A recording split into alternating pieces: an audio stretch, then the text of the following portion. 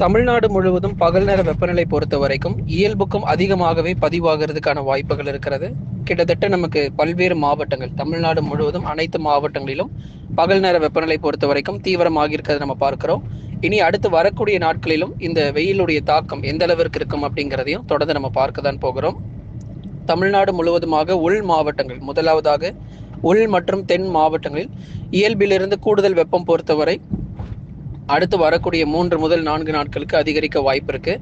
மழை இல்லாததன் காரணமாக தொடர்ந்து வறண்ட வானிலை நிலவுவதன் காரணமாகவும் வெப்பநிலை பொறுத்த வரைக்கும் ஒரு பக்கம் நமக்கு வெயிலுடைய தாக்கம் 35 முதல் 36 டிகிரி செல்சியஸாக இருந்தாலும் அந்த உணரக்கூடிய வெப்பநிலை பொறுத்தவரை 38 முதல் 40 டிகிரி செல்சியஸ் வரைக்கும் உணரக்கூடிய வெப்பநிலையாக இருக்கும்.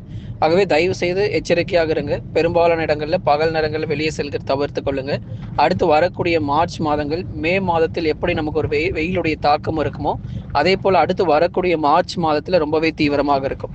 சாதாரண ஒரு வெயில் தானே, இதற்காக நம்ம எதுக்கு எச்சரிக்கையாக இருக்கணும்னு சொல்லி அப்படி விட்டுறாதீங்க. ஏன்னா இந்த வருஷம் வழக்கத்தை விட நமக்கு அதிகமான வெப்பநிலை பொறுத்த வரைக்கும் தமிழ்நாட்டில் பதிவாக வாய்ப்பு இருக்கு. எப்படி நமக்கு மழை காலங்களில் மழையினுடைய தீவிரம் மற்றும் வெள்ளப்பெருக்கு அதிகமாக இருக்கிறதுனால பாதிப்புகள் ஏற்படுதோ அதே போல கோடை காலங்களிலும் வெயிலுடைய தாக்கம் இயல்புக்கும் அதிகமாக பதிவாகிறதுனால அசௌகரியங்கள் கண்டிப்பாக ஏற்படும். அதனாலதான் உங்களுக்கு தினந்தோறும் எச்சரிக்கைகள் நம்ம கொடுத்துக்கிட்டு இருக்கோம். எத்தனை டிகிரி செல்சியஸ் உயர்ந்திருக்கு அப்படிங்கிறதை நம்ம பார்த்துட்டு இருக்கிறோம். ஏன்னா உள் மாவட்டத்தில் சேலம், நாமக்கல், கரூர், திருப்பூர், ஈரோடு இந்த பகுதிகளிலும் அதிக வெப்பம் பதிவாகும். திருவண்ணாமலை போன்ற மாவட்டங்கள், அதை தொடர்ந்து தென் மாவட்டத்தில் இருக்கக்கூடிய மதுரை, திண்டுக்கல், விருதுநகர், சிவகங்கை, ராமநாதபுரம், தூத்துக்குடி, திருநெல்வேலி உள்ளிட்ட மாவட்டங்களிலும் பகல் நேர வெப்பநிலை பொறுத்த வரைக்கும் தீவிரமாக இருக்கிறது. ஏன்னா இப்போ இருக்கக்கூடிய வெப்பநிலை பொறுத்த வரைக்கும் மார்ச் 15 அல்லது 16 தேதிகளில் தான் நமக்கு வர தொடங்கணும். ஆனால் இப்போவே நமக்கு கிட்டத்தட்ட ஒரு மாதத்திற்கு முந்தையதாகவே நமக்கு அந்த வெப்பநிலை பொறுத்த வரைக்கும் தீவிரமாக ஆரம்பிச்சிருக்கிறது. அப்போ நமக்கு அடுத்து வரக்கூடிய இந்த அக்னி நட்சத்திர காலகட்டங்களில் இயல்பிலிருந்து 4 டிகிரி செல்சியஸ் வரைக்கும் வெப்பம் தொடர்ந்து அதிகரிக்கும்.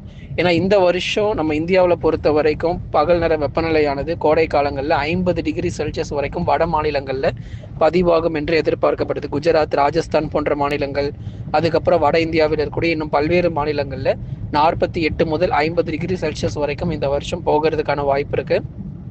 வெப்ப அலை பொறுத்த வரைக்கும் மிக அதிகமாக இருக்க போகுது. எப்படி நமக்கு மழை காலங்களில் கடுமையான வெள்ளப்பெருக்கு 50 சென்டிமீட்டர் அல்லது 100 சென்டிமீட்டர் வரைக்கும் நமக்கு மழை பொழிவுகள் கொட்டி தீர்க்கிறதோ அதே போலவே வெயில் காலங்களிலும் கோடை காலங்களிலும் கூட நமக்கு செல்சியஸ்ல எடுத்து பார்க்கும்போது 48 டிகிரி செல்சியஸ் மற்றும் 50 டிகிரி செல்சியஸ் என்பது சாதாரணமாக இனி வரும் நாட்கள் மற்றும் வரக்கூடிய ஆண்டுகளிலும் பதிவாக போகிறது. ஆகவே தொடர்ந்து பகல் நேரங்களில் வெளியே செல்க தவிர்த்து கொள்ளுங்க. இனி அடுத்தடுத்து வரக்கூடிய நாட்களிலும் இந்த வெயிலுடைய தாக்கம் மேலும் தீவிரமடையும். மார்ச் முதல் வாரத்திலிருந்து பகல் நேர வெப்பநிலை கடலோர மாவட்டங்கள் உட்பட, கடலோர மற்றும் டெல்டா மாவட்டங்கள் உட்பட கடுமையான வெயிலுடைய தாக்கம் அதிகரிக்கும். நண்பர்களே தொடர்ந்து லைக் பண்ணுங்க, சப்ஸ்கிரைப் பண்ணி சப்போர்ட் பண்ணி பாருங்க.